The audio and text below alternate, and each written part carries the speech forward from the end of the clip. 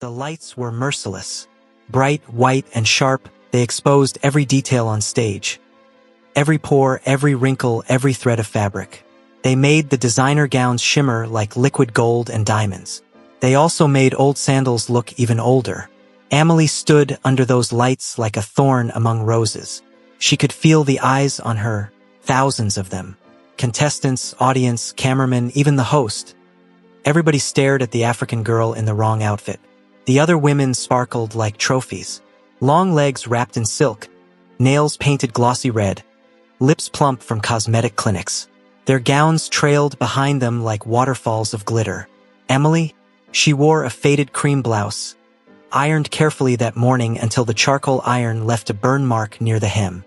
A black skirt she'd bought secondhand at an open market. Her brown sandals had soles thinner than paper. She had no makeup, just cocoa butter shine cheeks and her short curly afro, which sat on her head like a stubborn crown. The whispers started immediately. She looks like a maid. Did she come straight from the bus stop? Oh my God! Who let her in? Amelie heard every word. She didn't flinch. She just shifted her weight onto one foot and folded her arms, muttering inside her head, "If they laugh one more time, I'll clap for them." Because free comedy is rare. The host strutted out with a grin too wide for his face. His suit glittered like it had swallowed all the studio lights. Ladies and gentlemen, welcome to the most awaited reality show of the year, Love with the CEO. Tonight, one of these dazzling contestants may become the bride of Korea's most eligible bachelor. The audience screamed and clapped. Amelie clapped too, slowly, sarcastically, earning glares from the contestants around her. Then the man himself walked in. Lee Junwoo, the billionaire CEO of J&K Corporation. The crowd went mad.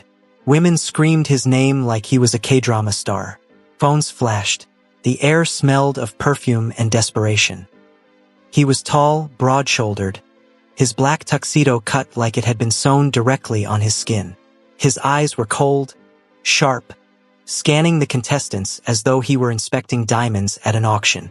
His jawline could cut bread. His expression, emotionless as stone. The other women almost fainted, adjusting hair, arching backs, biting lips. Amelie squinted at him and thought, handsome, yes, but this man looks like he hasn't laughed since 1995. The host began introductions. Each contestant stepped forward to boast. I'm Hannah. I own 5 boutiques. I collect luxury cars, and I'm passionate about fashion. I'm Sujin. I studied fashion in Paris, and I love wine tasting. I'm Yura. I'm an actress, a model, and I've been featured in countless commercials. The applause was polite, predictable. Then the spotlight hit Amelie. Her sandals squeaked as she stepped forward. Her palms were sweaty, but her tongue was sharp. I'm Amelie, she said simply, her African accent rolling beautifully in the mic. I don't own boutiques. I don't own cars. But I can cook rice so good it'll make you forget your name. The entire hall fell into a stunned silence, then erupted in laughter. Rice? Is she serious? She thinks this is a cooking show? Amelie ignored them. She tilted her head and added, honestly, I came here to see if this CEO is truly as serious as people say, or if he's just another man who gets weak when he smells money. The audience gasped loudly. The contestants froze, horrified. But Lee Junwoo raised an eyebrow. His lips twitched, just a little. For the first time that night, he looked entertained. The host coughed nervously. Ahem, such boldness. Very refreshing. The contestants glared at her. How dare she make the CEO react? From the audience came cruel whispers. She's embarrassing Africa. She looks like she came straight from the market. Why would the producers cast her? Amelie heard them.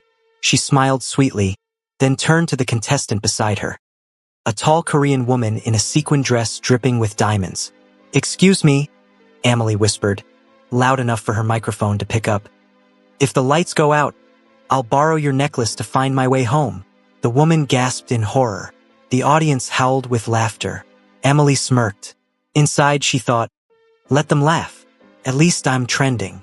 The night went on. The CEO began asking questions. To Hannah, he asked, What do you value most in life? Hannah purred. Luxury.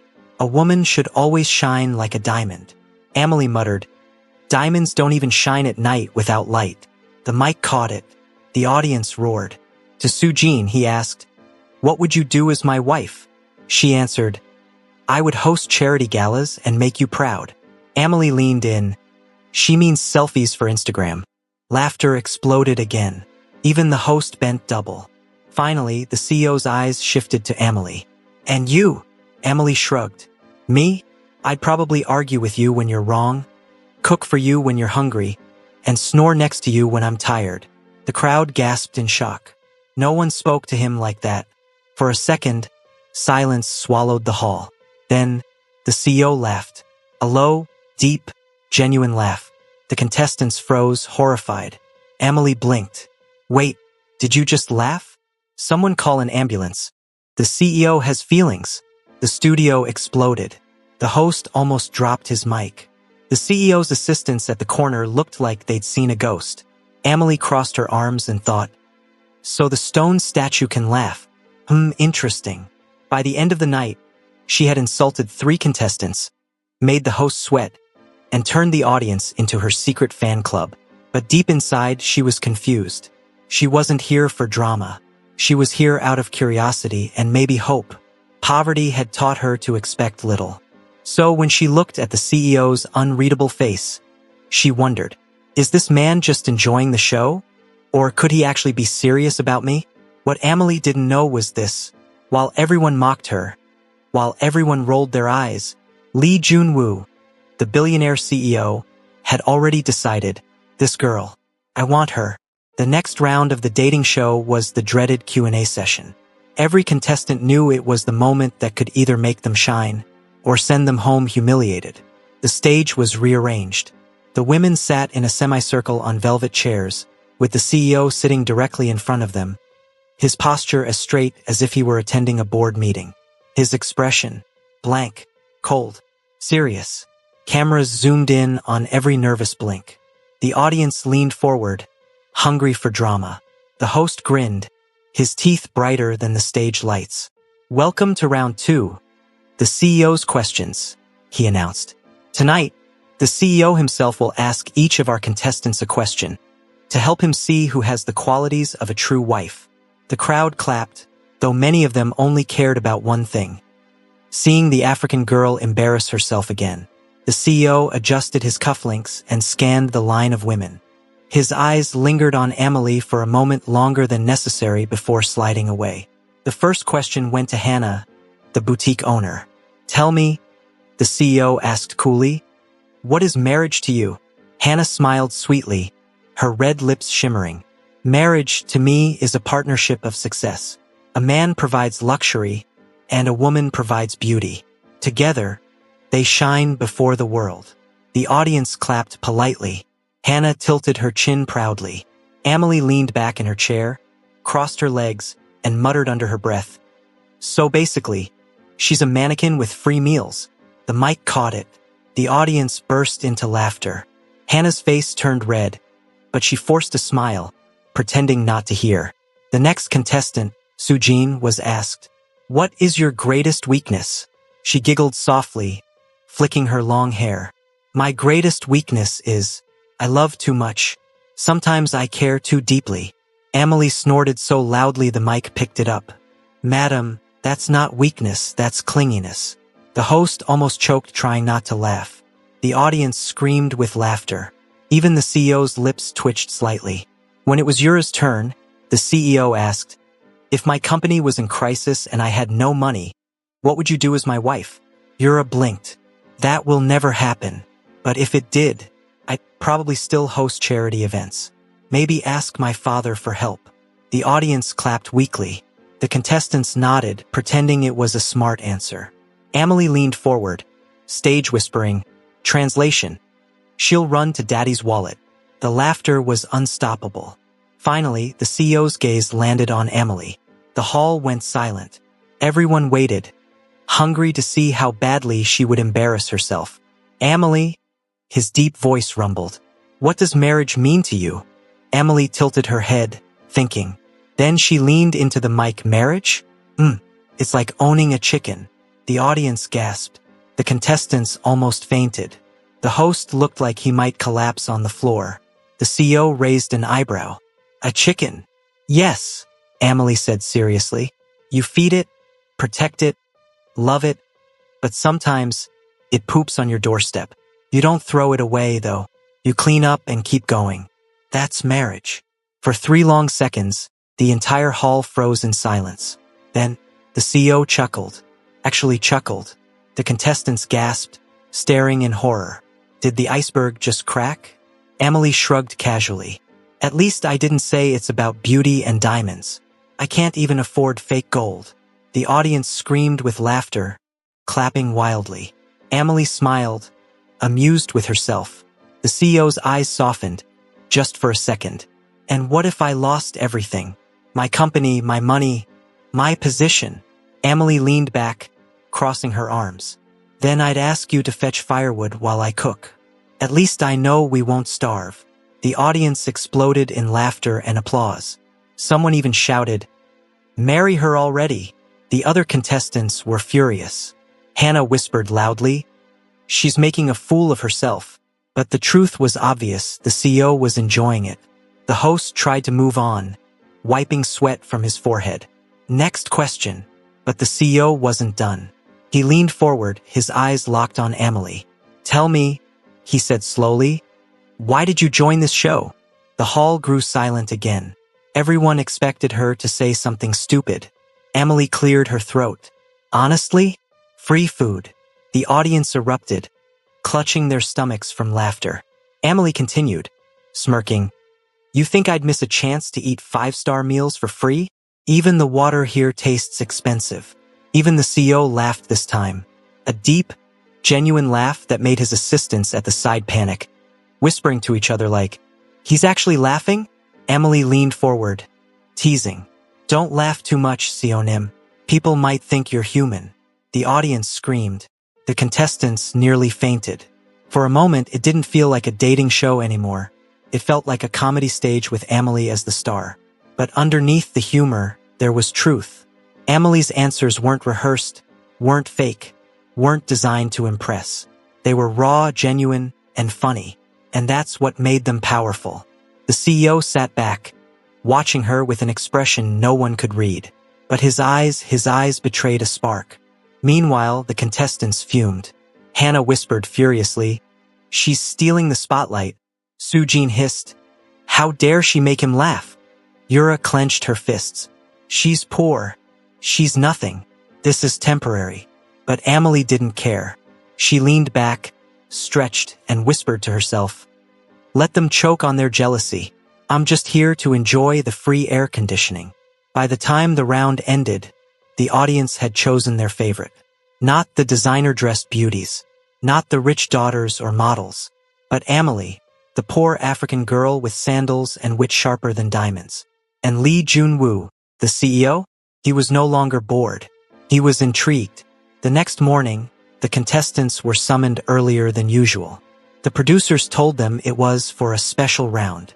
The women squealed, rushing to get their hair done. Their dresses steamed, and their faces powdered. They assumed it would be a glamorous dinner, maybe even a yacht date. Amelie, meanwhile, rolled over on her small bed in the contestants' dorm and groaned. "Early morning? These people don't know Africans need their tea first," she muttered, dragging herself to the bathroom. She wore her simple skirt and blouse again, while the others wore glittering cocktail dresses as if going to meet kings. When they arrived on set, the hall had been transformed. No velvet chairs, no sparkling chandeliers, no expensive stage lights. Instead, there was a long table filled with raw vegetables, bags of rice, onions, chicken, and fish. Buckets of water stood to the side. The contestants froze in shock. "What is this?" Hannah gasped, clutching her gown. Is this a market?" Sujin cried, horrified. "My dress will smell," Yura wailed. Amelie blinked twice, then clapped her hands. "Ah, finally something useful.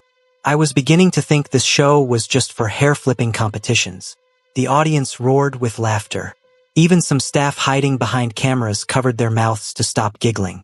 The host stepped forward, grinning. Ladies, welcome to the secret test. Today, our CEO wants to see how well you can handle everyday life. The women gasped in horror. Everyday life? That sounded poor. Each of you will have to cook a meal from these ingredients, the host explained. No chefs, no assistants, just you, your skills, and the clock. Sujin's jaw dropped. But I don't cook, Hannah whimpered. I have a private chef at home. Yura almost fainted. I can't even cut an onion. Amelie, meanwhile, picked up a fish and examined it with the confidence of a woman who had survived many markets. This one is fresh. You see the eyes? Clear, not cloudy. Good fish. At least they didn't bring rotten ones. The audience clapped and cheered wildly. The CEO sat at the judging table, his face unreadable. But his eyes followed Amelie closely. The clock started. The women panicked. Hannah tried to peel an onion but screamed when juice squirted into her eye. Oh my God! It burns! She wailed, waving her manicured fingers dramatically. Sujin tried to wash rice but ended up flooding the counter. She screamed, "The rice is drowning! Somebody save it!" Yura attempted to cut vegetables but dropped the knife, shrieking like it was a snake. The audience howled with laughter. Even the CEO had to pinch the bridge of his nose to hide a smile. Amelie, meanwhile, tied her skirt at the waist and got to work. She hummed an African folk song while chopping onions with speed. She cleaned the fish neatly, marinated it with spices, and set a pot of rice boiling. The other contestants glanced at her in horror. She actually knows what she's doing, Sujin whispered. Unbelievable, Hannah hissed. She looks like a wife, Yura muttered, jealous. Amelie grinned and called across the room. Sujin, the rice is not drowning. You're supposed to drain it, not baptize it. The audience screamed with laughter. Sujin's face turned crimson. Amelie then turned to Hannah, who was still sobbing over her onion. Don't cry, dear. The onion is not your enemy. It just wants attention. The crowd clapped. The CEO's lips twitched. When time was up, the judges inspected the meals. Hannah's food looked like a crime scene. The onions were raw, the rice half-cooked, and the chicken, well, let's just say it was black on the outside and bleeding on the inside. Sujin presented a soggy disaster that looked like soup when it was supposed to be rice. Yura served a plate of vegetables so poorly chopped it looked like she had fought them in a dark alley. Then came Amelie's dish. She presented golden fried fish, fluffy white rice, and a side of spicy vegetables. The aroma filled the hall, making even the cameraman's stomachs growl. The CEO leaned forward, inhaling the scent. He picked up a spoon, tasted the rice, and closed his eyes. Silence. The contestants held their breath. Then, he nodded. Perfect. The audience screamed with excitement. Amelie smirked. Of course it's perfect. That rice has survived African firewood stoves. These gas stoves are nothing. The hall erupted in laughter. The CEO's eyes twinkled. For the first time, he looked alive. But the test wasn't over. The host clapped his hands. Ladies, there's one more part of the challenge. Cleaning. The contestants groaned in horror. Buckets of dirty dishes were wheeled out. Soap, rags, and basins were placed beside them. Each of you must wash the dishes you used. The CEO wants to see if you can handle simple responsibilities. The glamorous women stared at the buckets like they had just been asked to wrestle crocodiles. I can't do this, Hannah cried. My nails will break. My skin is too sensitive for soap, Sujin wailed. I refuse. This is not what I signed up for. Yura screeched. The audience booed loudly. Amelie rolled up her sleeves, dipped her hands into the soapy water, and started scrubbing plates like a professional. She even sang while she worked. Scrub, scrub, scrub. Find me a rich hubby. The audience screamed with laughter, clapping to her rhythm. The CEO leaned back, staring at her. She wasn't just hardworking. She was funny, confident, and genuine. She wasn't pretending to be perfect. She was real. Amelie rinsed the last dish, wiped her hands on her skirt, and stood tall. There. At least now I know. If this man doesn't choose me, I can start a cleaning company and feed myself. The crowd exploded with cheers. The other contestants sulked, refusing to touch the dishes. Their mascara was smudged from fake tears, their gowns stained from splashes of water. But Amelie? She stood glowing, her afro shining under the lights, her smile dazzling, her confidence unshaken. The CEO whispered something to his assistant. The assistant's eyes widened in shock. Amelie noticed his lips curve slightly, and for a second, she wondered, is he smiling at me? Or am I hallucinating because I haven't eaten enough? Either way, one thing was clear. Amelie had passed the secret test with flying colors, and the CEO had fallen a little deeper into her charm. The studio was buzzing louder than ever. Viewers worldwide had their eyes glued to the live-streamed Korean dating show. The tension was thicker than smoke in a burning hut. The spotlight circled the women standing on the stage like hunters waiting for prey. Jin-woo, the billionaire CEO every woman in Korea dreamed of, stood tall in his black tuxedo. His presence alone commanded silence. Sharp jawline, piercing eyes, and that calm smile that made hearts race. He held a single red rose in his hand, the symbol of his final choice. The girls lined up were trembling. Some smiled nervously, others looked confident in their designer gowns. But at the very end of the line stood Amelie, the simple African girl in her borrowed yellow dress and worn-out flats. Her short, curly afro glistened under the lights, and her eyes sparkled with something no money could buy: authenticity. The hosts tried to hype up the moment. Tonight, ladies and gentlemen, Korea will witness the most shocking decision of this season, one shouted dramatically. The Korean women exchanged glances, whispering under their breath. Of course, he won't pick her. She's too poor, too simple. She doesn't even belong here. What was she thinking? Coming here with that cheap dress? Amelie heard them, but instead of shrinking, she smiled. She lifted her chin like a queen who had already won. Jin-woo began walking down the line. His footsteps echoed through the hall. The camera zoomed in on each woman's anxious face. One of the contestants, Hyejin, pouted dramatically and even blew him a kiss, earning giggles from the audience. But when Jin-woo reached Amelie, he paused. For the first time, he spoke directly to her. You've been quiet throughout the show. Why? Amelie took a deep breath. The entire world seemed to be holding its breath with her. Because I don't believe love needs noise, she said softly. Love shows itself in action, in kindness, in respect, not in expensive clothes or fake smiles. If you don't choose me, I'll walk away with nothing, but at least I'll still have my dignity. The studio went dead silent. The audience gasped. Even the hosts froze. The Korean contestants looked at each other in disbelief. One of them muttered, "Did she just call us fake?" Jinwoo's lips curled into a smile. "You remind me of someone," he said gently. "My mother. She had nothing, but she raised me with everything she could give, her heart. You speak like her." He raised the rose high, and everyone leaned forward. The dramatic background music swelled. The spotlight hit Amelie's face. Then he placed the rose in her hand. The studio exploded. People screamed. Some clapped, others shouted. One contestant stormed off the stage, heels clacking in anger. Another burst into tears, wailing dramatically. Twitter and YouTube live chats went wild. "No way! The CEO chose the African girl. This is history. She's so pure, OMG. The others were so fake.